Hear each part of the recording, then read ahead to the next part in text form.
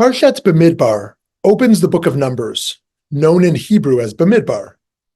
The Parsha concerns the conducting of a census.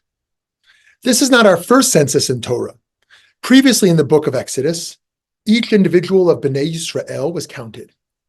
However, the census in Numbers is distinct in that it's a counting through tribal identity. God commands Moses, take a census of the whole Israelite community by the clans of its ancestral houses, listing the names, every male head by head. The phrase from Numbers that we're translating as ancestral houses, Beit Avotam, translates literally to by the house of the fathers. Rashi tells us that this is a clarifying measure.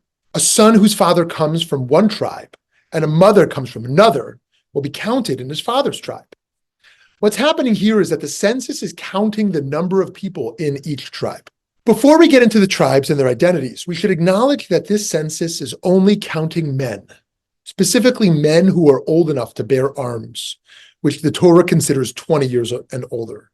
As is so often the painful reality in our sacred texts, the women are not counted. So who are these tribes? The concept of the tribes emerges back in Genesis with the final blessings of Jacob for his 12 sons. This moving scene of the dying patriarch forms the basis of the 12 tribes of Israel. By the time we get to our Parsha, the 12 tribes are just that, tribes, not families.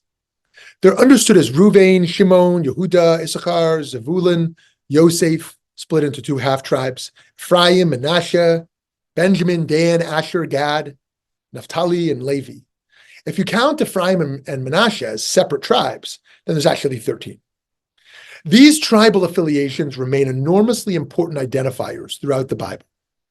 For example, upon settling in Eretz Yisrael, the land is allocated by tribe. As well, in the time of the Holy Temple, the high priest's vestments included a resplendent breastplate decorated with 12 precious stones, each bearing the name of one of the 12 tribes. The high priest wore the names of the tribes over his heart each time he entered the divine house of worship. Even today, the sense of the tribes lives on. For example, only Jews who trace their lineage back to the tribe of Levi, meaning who are Kohanes, participate in the priestly blessing. And when we talk about the Messianic age, we refer to redeemers from the line of Yehuda and of Ephraim. However, 10 of these 12 tribes were ultimately lost. In the time before the Assyrian invasion, the people of Israel split into two kingdoms. In the north was the kingdom of Israel, comprising Asher, Dan, Ephraim, Gad, Issachar, Manasseh, Naphtali, Reuven, Shimon, and Zevulun. And in the south, the tribes of Judah and Benjamin formed the kingdom of Judah or Yehuda. Because of their priestly functions, members of the tribe of Levi could be found in both kingdoms. When the northern kingdom was conquered by the Assyrian Empire in 721 BCE, the peoples of the northern kingdom were exiled. Unlike the Babylonians, who, when they conquered the kingdom of Judah over 100 years later, would ultimately allow the conquered Jews to return to the land of Israel, the Assyrians did not allow those conquered to return. While some people suppose that the lost tribes merely assimilated into Assyrian culture, there's been a millennia-long hope that there were tribes that escaped intact to build Jewish life in exile. Some believe, for example, the tribe of Manasseh found their way to India, and the tribe of Ephraim went to Japan. The Ethiopian Jewish community of Beit Yisrael traces their lineage back to the tribe of Dan. Getting back to our Parsha, we can see that the Torah wants tribes, as the census specifically counts the members in each tribe. This is interesting because it's a little counterintuitive. The Parsha comes at a time when we are creating an identity as a people, and it seems undesirable that Am Yisrael would break up into divisive factions or suffer from micro-nationalisms, which could compromise a sense of the collective. There might even be an argument to be made that this is exactly what would ultimately make us vulnerable to the Assyrian conquest.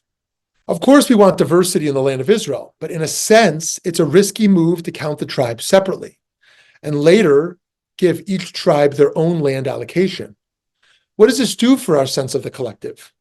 I would argue that counting the people of Israel within their tribes allows us to understand the collective in terms of diversity. We can have a strong collective, a cohesive Am Yisrael, and still embrace the diversity within it. None of us are unidimensional or limited to a single vector of identity. There's a violence in assuming the monolithic identity of any one group. Conversely, there's so much beauty in celebrating the diversity within any group. In recent years, there's been much needed attention put on the issue of Ashkenormativity within the Jewish community. For those not familiar, this phrase refers to the often unacknowledged privilege that Jews of Ashkenazi descent enjoy both in Israel and in diaspora communities, as well as the prevailing default assumption that Ashkenazi Jewish culture is normative, while the rich Jewish culture of Mizrahi, Sephardi, and Ethiopian Jews deviates from the norm. A truly horrific example of such Ashkenormative thinking can be seen in Yemenite children affair, which occurred during the early days of the modern state of Israel. Only in recent years has it been revealed how Yemenite children were stolen by the state from their families and placed with Ashkenazi parents to encourage assimilation. A true tragedy and one that deviates from our deepest values. While I'm on the topic of diversity and Ashkenormativity, it's worth mentioning that even within the subgroups of Jews, there is considerable diversity. For example, Polish and Lithuanian Jews will have distinct Ashkenazi cultures. Moroccan and Greek Jews will have distinct Sephardi cultures, and so forth. Celebrating a pluralistic Judaism does not make us a less cohesive people.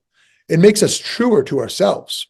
This is the real goal of pluralism, not to merely tolerate diversity, but to cultivate it, just as our Parsha does by acknowledging the diverse tribal affiliations of Bnei Israel, even as we are counted as a single people. Of course, we should be counted as a nation, but as well, we should be seen for our subgroups and the cultures within our group. All of this is something to celebrate. All of this makes belonging a less tenuous proposition, in that we can stay connected to Am Yisrael without needing to assimilate into a monolithic culture. As our Parsha teaches us, we are richer as a people when we embrace our diverse Jewish cultural practices, histories, holidays, liturgies, food, stories, and languages. Shabbat Shalom.